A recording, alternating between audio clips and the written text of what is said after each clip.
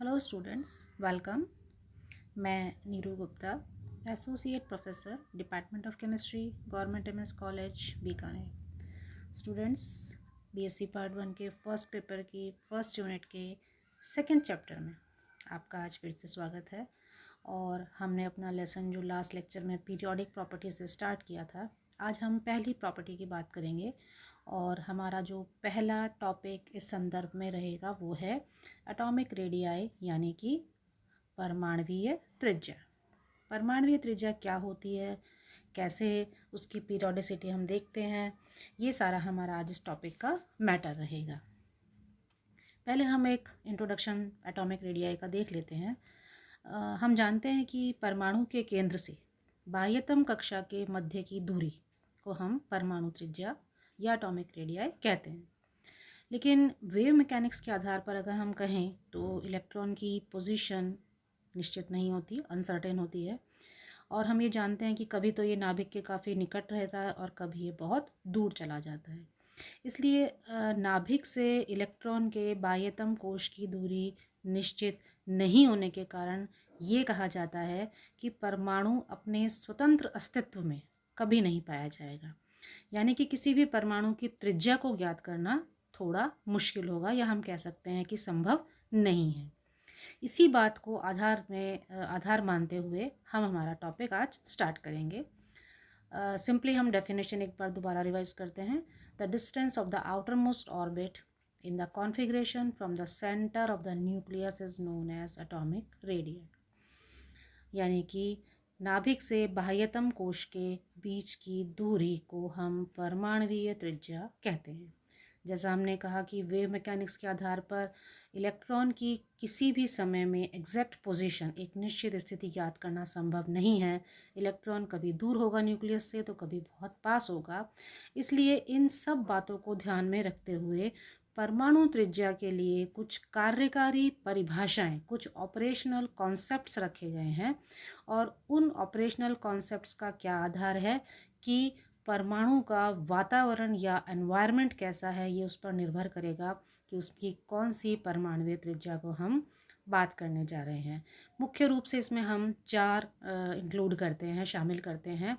वान der वाल radius यानी कि वान डेर वाल त्रिज्या, कोवेलेंट रेडियस यानी कि सहसंयोजक त्रिज्या, मेटालिक रेडियस यानी कि धात्विक त्रिज्या, और आयनिक रेडियस यानी कि आयनिक त्रिज्या, जो हम एक अलग टॉपिक में स्टार्ट करेंगे। तो हम सबसे पहले बात करते हैं वान डेर वाल रेडियस यानी कि वान डेर वाल त्रिज्या की। वान डेर वाल रेडियस क्या होती है? In solid state, the molecules are held together by weak attractive forces which are called van der Waal forces. ठोसों में हम जानते हैं कि जो अणु होता है वो आपस में बहुत दुर्बल आकर्षण बलों से बंधा रहता है, जिन्हें वान डेर वाल बल्स कहा जाता है। But these forces are not present in gaseous state. और ये जो बल हैं वो गैसीय अवस्था में नहीं पाए जाते। इसलिए हम इसकी डेफिनेशन अगर देना चाहें तो हम दे सकते हैं कि ठोस अवस्था में दो निकटवर्ती अणुओं के पास पास परमाणुओं के नाभिक के बीच की आधी दूरी को उस परमाणु की वान डेर वाल त्रिज्या या वान डेर वाल रेडियस कहा जाता है। हम इसे ये भी कह सकते हैं कि दो समान आइसोलेटेड परमाणुओं के नाभिकों के मध्य की दूरी का आधा उसकी वान डेर वाल रेडियस कहलाएगी। और ये वान डेर वाल रेडियस किस पर निर्भर करेगी? अणुओं की व्यवस्था पर। अब इसमें हम एक चीज़ और यहाँ शामिल करेंगे कि निष्क्रिय गैसों में यानी कि इनर्ट गैसेस में और कुछ और भी केमिकल कंपाउंड्स में नॉन पोलर एलिमेंट्स के बीच भी कुछ आकर्षण बल होता है, जिसे वान डेर वाल बल कहते हैं। और यहाँ भी वान डेर वाल त्रिज्या हम ज्ञात कर सकते हैं। तो इस अवस्था में भी वान डेर वाल त्रिज्या जो निकटवर्ती बंधित परमाणुओं के बीच इंटरन्यूक्लियर डिस्टेंस होगा उसका आधा उसकी वान डेर वाल रेडियस कहलाएगी।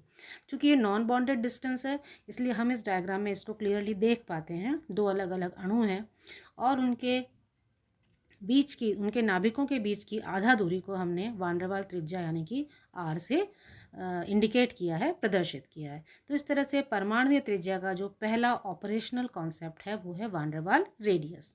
अब हम दूसरी त्रिज्या की बात करते हैं जो है कोवेलेंट रेडियस यानी कि सहसंयोजक त्रिज्या। सहसंयोजक त्रिज्या क्या होती है? इसकी डेफिनेशन पहले आप समझ लें। It is defined as 1/2 of the distance between the nucleus of two covalently bonded atom at the same element in a molecule।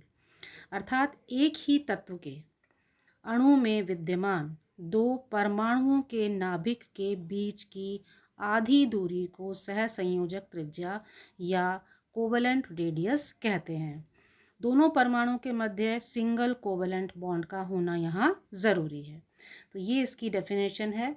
It is effective radius of an atom and the direction of its covalent bond. जिस दिशा में covalent bond या सहसंयोजक बंध बनता है, ये उसकी एक प्रभावी त्रिज्या को ज्ञात करने में सहायक होता है। तो यहाँ हम इस डायग्राम को आप देख रहे हैं कि ये एक ही अणु का, एक ही तत्व के अणु के जो कोवलेंट कंपाउंड है, बॉन्डेड जो सहसंयोजक बंध से बंधा है, उसके नाभिकों के बीच की दूरी का आधा उसकी सहसंयोजक त्रिज्या के बराबर होता है।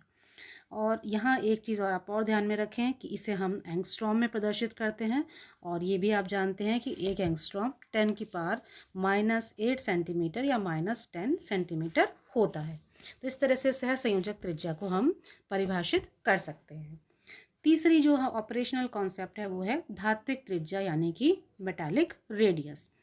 It is defined as 1/2 of the distance between the nuclei of two adjacent metal atom in the metallic close packed crystal lattice। अर्थात इसकी परिभाषा को आप हिंदी में भी सुने कि किसी धात्विक क्रिस्टल के दो निकटतम अबंधित परमाणु नाभिकों के बीच की दूरी के आधे भाग को परमाणु की क्रिस्टल त्रिज्या या मेटालिक रेडियस धात्विक त्रिज्या कहते हैं। अब यहाँ धात्विक बंधों के निर्माण में भी दुर्बल आबंध बल ही होते हैं और परमाणुीय कक्षकों का वास्तविक अतिव्यापन भी नहीं होता। इसलिए हम कह सकते हैं कि जो मेटालिक रेडियस होती है उसका मान हमेशा कोवेलेंट रेडियस से ज़्यादा होता है। तो ये जो सेंटेंस है वो आपको यहाँ पर समझना पड़ेगा, क्योंकि हमने यहाँ लिखा भी है कि this is because the average bond order of an individual metal metal bond is considerably less than hence the bond is weaker, और इसीलिए इसकी रेडियाई का मान कोवेलेंट रेडियाई या सहसंयोजक त्रिज्या से ज़्यादा होता है।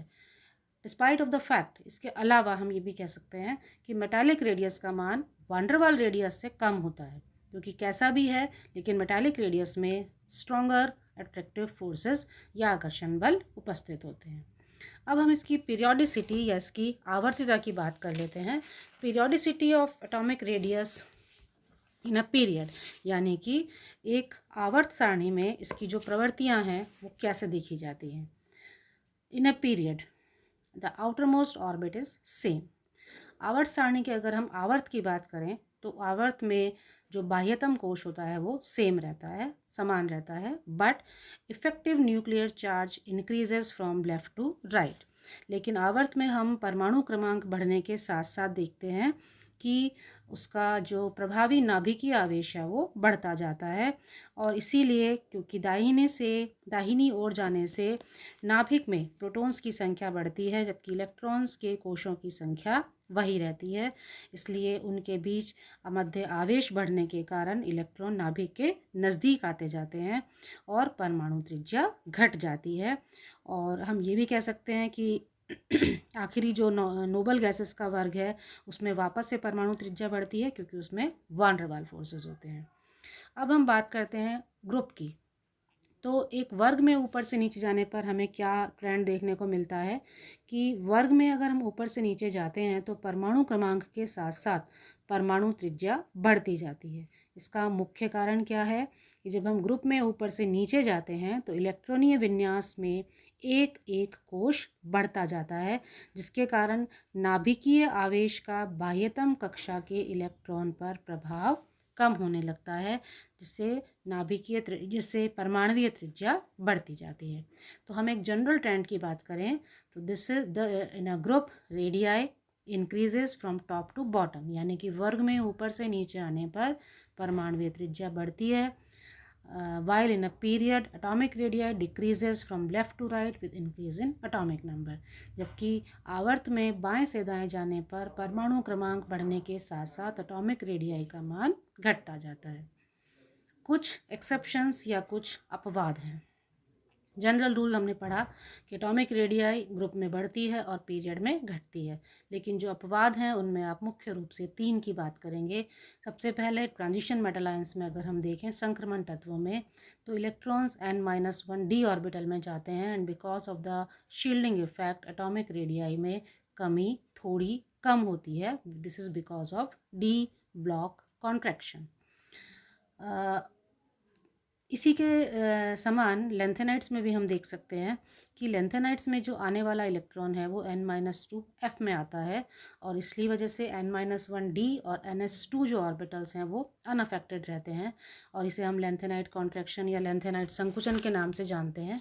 इस वजह से भी आयनिक त्रिज्या का मान इसमें एटॉमिक त्रिज्या परमाणुीय त्रिज्या का मान इसमें कम प्रभावित होता है। इसके अलावा ट्रांजिशन मेटल्स में ही अगर हम एटॉमिक रेडियाई सेकंड और थर्ड मेंबर की देखें तो वो लगभग सेम होती है, क्योंकि वहाँ भी शील्डिंग इफेक्ट अपना प्रभाव डालता है। तो ये जो कुछ एक्सेप्शंस या कुछ अपवाद हैं, इन अपवादों को हम आयनिक रेडिया एटॉमिक रेडियाई यानी कि परमाणुीय त्रिज्या के आधार पर समझा सकते हैं। तो इस तरह से हमने जो पहली पीरियोडिसिटी है, पहला जो पीरियोडिक प्रॉपर्टी है एटॉमिक और आयनिक रेडियाई की, वो हमने आज इस लेक्चर में कंसीडर की है, उसके बारे में हमने बात की है, जिसमें आपको उसकी डेफिनेशन पढ़नी है, कितनी तरह की एटॉमिक रेडियाइज, जिसमें van der Waals radii, covalent radii और मेटालिक रेडियाई क्या होती है, हमने वो पढ़ा। इसके अलावा जो पीरियोडिक ट्रेंड्स हैं, जो गुणों में आवर्तिता है, एक पीरियड में बाएं से दाएं जाने पर और एक ग्रुप में ऊपर से नीचे जाने पर किस तरह से उसमें परिवर्तन आता है, ये आपको इस लेक्चर में देखा। और इसके साथ इसके कुछ जो अपवाद हैं वो भी हमने इस अपने आज के लेक्चर में पढ़े हैं। तो अगले लेक्चर में हम एटॉमिक रेडियाई का जो चौथा भाग हमने यहाँ छोड़ दिया है, ऑपरेशनल कॉन्सेप्ट आयनिक रेडियाई, उसके बारे में बात करेंगे। और उस लेक्चर तक के लिए आप सभी का धन्यवाद।